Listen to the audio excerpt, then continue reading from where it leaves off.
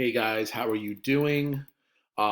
This will be for Friday's lecture and audio video lecture and ed puzzle. Today we're going to talk about cognitive dissonance, the triangular theory of love, as well as fundamental attribution error, which are three very, very interesting things as we move through this social psychology unit. Remember the plan. Um, we'll try to finish this on Wednesday and take a test on Thursday and then kind of relax on Friday, maybe do a Google Meet and, kind of say our goodbyes at that point because that is the last day of class. Um, and that's it. I mean, email me with questions. Most of your grades are pretty good, but definitely be checking Infinite Campus to check, if you owe anything. I'm not looking to punish anybody for any sort of late work. I just need to make sure that I get your grades in by Monday, May 11th, which does not give us, too much of a turnaround time there. So please be on top of Infinite Campus in knowing if you don't see a grade, that means I don't have the work for you. So either email it or resubmit it, and there's no harm, no foul. So don't worry about that. Don't ever think that I won't accept something late. I understand that everybody is going through a hard time right now. So let's start with cognitive dissonance.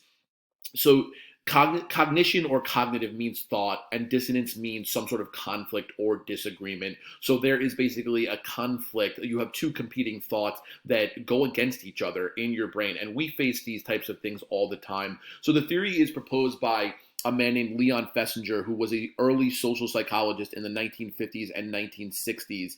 And he is going to start to build this theory out of a situation in the 1950s where a female cult leader published a novel saying that she heard from people from another planet called the Guardians that all of civilization was going to be wiped out by a giant flood. And Festinger actually sends some psychologists into the group to become part of them and to study what is going on there and their behavior. And there was a certain date that this apocalypse was supposed to happen. It winds up coming and going, and of course the world is still here. And then the woman claims, the cult leader claims, that the Guardians spared them, or let's say spared the earth, because of the good work that the cult was doing. So you had people that abandoned their families, quit their jobs, all in preparation of this doomsday scenario and all to be a part of this group that was the cult. When it didn't happen, now they're sitting there going, did I just give up my entire life because I believed what this woman said? So what she did was she manipulated them by saying, oh, no, it's okay. We're only here because of the work that we did, which validated them leaving their jobs and leaving their families and abandoning their homes. So the cognitive dissonance that was created in their brains when the world did not, disappear, or we did not experience apocalypse based off the flood, was now basically, so now they're in conflict, and the new thought, the rationalization, if you will, of it, that it's still okay because you're here, and it's because of the good work that you people did, meaning the members of the cult, that helped to stop the cognitive dissonance in their brain. So it is a highly motivating state in which people have conflicting cognitions or thoughts, especially when their voluntary actions conflict with their attitudes. Now, I have never been to boot camp, but I did talk to you guys, I think it was yesterday, about hazing, right? So I went to Gettysburg College. I was an ATO brother. I pledged in the spring semester of my senior year. And if I tell you some of the crazy things that we did, they basically hazed us in something called a lineup. So I think there were 12 of us. At any given time, you could get a call at any time of the day, any time of the night, and they basically said, get to the house now. So at 2 o'clock in the morning, if the phone rang and they said, get to the house now, you basically got out of bed, picked up, and went to the house. And once you were there, they lined you up across the basement wall, and the hazing ensued from there. So, we did things like they put us on all fours and we crawled around eating dog food out of dog bowls while barking. Okay. Now, I remember what I said yesterday is the most fun you never want to have again. So, on the one hand, I want to be part of this frat, right? That's a thought. But on the other hand, why am I allowing them to take away my dignity? Why am I at 3 o'clock in the morning crawling around on a dirty floor eating dog food out of a bowl while barking, all because somebody else told me to do it? But here's the thing, I never stopped doing it. For 12 weeks, we did various strange things that I thought I would never do, all to be part of a group that we wanted to be part of. Okay? So if you look at it in the military context, right? I mean, Marines in boot camp, none of that is easy. Okay? So you have somebody screaming at you, calling you worthless, telling you you're no good, whatever it might be. And in the meantime, like, you know that you want this and that you are doing the right thing or the moral thing. So there's this conflicting thoughts that are kind of thundering against each other in the brain, causing this dissonance. All right. So when people's cognitions and actions are in conflict, that is the state of dissonance. They often reduce the conflict by changing their thinking to fit their behavior. For example, pain is just weakness leaving the body. So if the drill instructor is screaming at me to do more and more and more push-ups and my chest is burning in pain, but on the other hand, I really want to be part of the Marines and help the country, the dissonance might get resolved by me saying, hey, the pain is good. Pain is just weakness leaving the body, and that helps to resolve this dissonance or conflict in the brain. Okay? We can skip this one, but look at this right here. So smokers tend to experience cognitive dissonance because it is widely accepted that cigarettes cause lung cancer, yet virtually everyone wants to live a long and healthy life. So on the one hand, you like the act of smoking, the smell of the smoke, the feeling of the nicotine high that the cigarette gives. You also know that the cigarette is killing you. All right, that has been proven time and time again by people that are a lot smarter than the smoker himself or herself.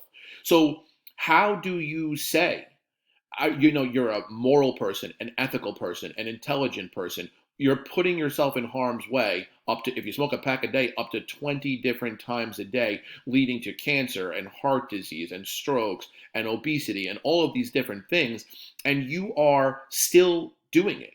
Okay? So we do these things all the time with our bad habits. We know they're bad, all right? We understand that. It makes us feel good in some way. So there's that dissonance, and how do we rationalize it to push that dissonance down? Because if we just allow those screaming voices in our head to say, hey, smoke the cigarette, no, the cigarette's going to kill you, that doesn't work. So what people do is they would rationalize it by saying, well, I used to smoke 2 packs a day, now I smoke a pack. Or, hey, nicotine helps people lose weight. Or, hey, the scientists don't really know what they're talking about. My dad or grandfather smoked till he was 98 and he was perfectly fine. Okay, so just different examples of how we can kind of resolve these conflicts, this thundering in our head. So other examples here, right? Rationalize his or her behavior by concluding that everyone dies, and so cigarettes do not actually change anything. So that's like you're only going to live once sort of thing. So you're eating too much, you're smoking or drinking too much, and people, your loved ones are saying you're killing yourself, it's horrible, and you say, hey, we're all going to die anyway, so why not just do it quicker? Or why don't I just enjoy myself while I'm here? Meanwhile, you know that the eating or the drinking or the smoking is not good for you or the other people around you, okay? So it's this rationalization that these behaviors that we exhibit that go against our principles and what we know is right or wrong, okay, actually we rationalize them to allow them to continue. Okay, so Robert Sternberg's theory, triangular theory of love, and I'm going to cue the videotape on this one because I kind of like, it's kind of funny because I'm looking around for this video and I started to play it, and it's about a marriage counselor who is talking about the different kinds of love, and my wife happens to walk into the room and hear it, that I'm listening to, marriage advice. So she asked me, is everything okay? Is there anything that I need to know? So I thought that you guys might get a kick out of that. Thanks for coming to our blog and learning how to strengthen your marriage. I'd like to talk today about love. Actually, let's talk about the love triangle. Not that love triangle. Let's talk about the triangle theory of love that was developed by psychiatrist Robert Sternberg. Sternberg taught that there are 3 main components of love. You have intimacy, passion, and commitment. And each one of those elements can exist on their own, or they can be combined to form different types of love. When you don't have any of the elements, you don't have love, or you have what is called as non-loved. Let's first talk about intimacy. Now, I'm not talking about physical intimacy, but rather closeness or togetherness. Intimacy alone is just liking each other, where two people share common interests, share secrets, but there's no attraction or serious commitment. You just like each other. Passion alone is referred to as infatuation. I'm sure you've heard of that before. This level happens fast and does not tend to last long, and it's mainly based on just attraction. Commitment by itself is known as empty love because there is no reason to be together other than their passion or intimacy. Well, better said, there is a reason to be together, but there's just no passion or intimacy. The best part is when we combine these different components on the triangle, we get 4 new types of love. We get romantic love, fatuous love, companionate love, and the best of all, consummate love. Romantic love is when you have a good mix of intimacy and passion, but no commitment. These are your summer flings at the beginnings of most marriages. Marriages who fail to have ample commitment don't last long. Fatuous love is the mix of passion with commitment. This type of love has a lot of attraction and great desire to be together, but don't really know each other on an intimate level. Most oftentimes, the lack of intimacy in this situation will lead to affairs among women who are seeking to be with someone who better understands them. Companionate love is intimacy plus commitment. This is long-term commitment friendship like a marriage where the passion has faded. Now for the best love. The best love is consummate love, a love that has an equal balance of intimacy, passion, and commitment. It is not always easy to keep these 3 components in balance, especially when you have kids. Most likely you're pretty committed, but sometimes due to lack of time, you just don't talk as much or have superficial conversations. Maybe you're just too tired to be passionate, to touch, to have sex, or to spend time doing an activity you like doing together. Whatever the case may be, it's important for you to find a way to focus on the weak spots of your love triangle. Make specific plans to be intimate with your feelings and schedule time to be passionate. Have dates. Do new things together. Make new memories. Remember that the kids will eventually leave, and when they do, you do not want to be strangers. The goal is to be stronger than ever in all aspects of your marriage. I hope this has been informative and helpful. You have a great night. Go home now and go work on your marriage. Okay. So I'm just going to push through these slides since they just explained them for us. Just definitely review this and let me know if you have any questions. I like the idea of that triangle being, a unilateral triangle is the strongest shape. So if each corner of the aspects of love are there, then that creates the consummate love, which is the strongest type of love that lasts. I'm going to say that to my wife when she comes up from teletherapy, by the way. All right, so situationism versus dispositionism.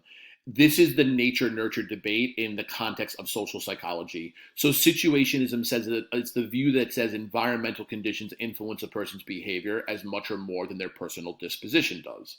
Dispositionism says that the view says internal factors like genes, traits, and character qualities influence our behavior more than the situation we are in. Situationism would be nurture, dispositionism would be nature. Okay, now this is going to lead us to our next slide, which is about attribution theory. All right, to attribute is to, give blame or praise, to credit one's behavior. So do we credit people's behavior based on the situation or who that person is or who we perceive that person to be? Okay, so if it has an emotional component, the positive feeling, we have a positive view of disposition and a negative view of the situation. And the negative feeling, we have a negative view of the disposition and a positive view of the situation.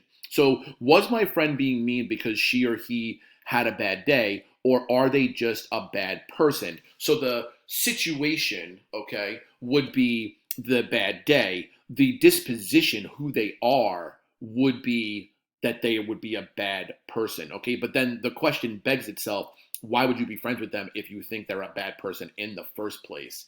And it's kind of interesting because the fundamental attribution error is that so often we have the tendency to overemphasize personal traits while minimizing situational influences. So many of us, when our friends are mean to us, we don't stink, right? Because it's that quick System 1 impulsive knee-jerk reaction. We are upset that they're being mean to us. We don't understand why because we didn't do anything to them. But we, maybe over time might say, well, I guess they're having a bad day. But in the moment, we dislike them. We're angry with them and we're going, you're this kind of person. You're impatient. You're mean. You're not a good person. Okay, so we tend to attribute people's behavior and misfortunes to their personal traits rather than the situational forces around them. And then when we come, instead, again, that emotional quick reaction, when we come to our senses, then we might realize, hey, something must have happened. They got into a fight with their parents. They broke up with their boyfriend or girlfriend. Their teacher was mean to them. Whatever might have happened, they're not just being mean for the sake of it. All right, something must have caused them to do that. It isn't that they are a mean person. So this is when we assign the causality to personal characteristics when causality actually may lie within the situation that they are coming from. So an example, think about the last time that you were driving and were cut off by another car. Again, the knee-jerk reaction is, what an idiot, I can't stand that person. That guy is a terrible driver. Okay, but on the other hand, that guy must have a good reason to be in such a hurry. Can you imagine? And listen, I'm the most guilty of this. If somebody even dares to cross me on the road in a way that I find to be aggressive, I am infuriated and I'm looking for revenge. I'm not going, oh, maybe they're having a bad day. Maybe their dog is sick. Maybe they lost their job. Maybe their wife's in the car and they're pregnant and they're rushing to the hospital and that's why they had to cut me off. I blame that person's actions on the fact that they're stupid, that they're mean, that they're impatient, that they're a terrible driver. Not all of the other reasons that could be why they had to cut me off in that moment. So if we look at it this way, right, the negative behavior is that you were cut off. Situational attribution is maybe that driver is ill and they're getting to the hospital as quickly as possible. The dispositional attribution is that they're a bad, crazy driver. You put the blame on the person themselves, not on the situation that the person is in. Okay, so the tolerant reaction, which might be or should be the product of the situational attribution, is that we proceed cautiously and we allow the driver a wide berth. Okay, you need some time. Drive the way you need to drive. I'm going to hang back. I'm going to drive a little bit slower. I'm going to remove myself from the situation. I don't know what's going on over there. I'm not blaming you per se, but the situation requires that I back away. The unfavorable reaction, which is my reaction, of course, is to speed up, race past the other driver, and giving them a dirty look. And it's something that my wife absolutely hates when I do it. But, my brain is hardwired that when I'm out on the road, we're all in competition with each other. And it's not that I'm trying to get someplace faster than you, but if I'm minding my own business, just driving and doing the right thing and being safe and not putting anybody else in jeopardy, as soon as you do something to me that I feel like puts me in jeopardy or you're being careless, now I'm not blaming the fact that you might have had a bad day. I don't care. Okay, you just put me in danger. You scared me, whatever it might be. You put my car in danger, my property in danger, those who are driving in my car in danger. And now I'm blaming you specifically. But the question is are they really a bad driver? All right. Or are they driving that way for a situational or environmentally caused reason? All right. So let's end there. I will put this up on Edpuzzle and Google Classroom with a couple questions baked in. This is for Friday, May 1st. Happy May. And then I hope you guys have a great weekend. And I will be back in front of you on Monday for our last week of Psych Honors. Have a nice one. Later.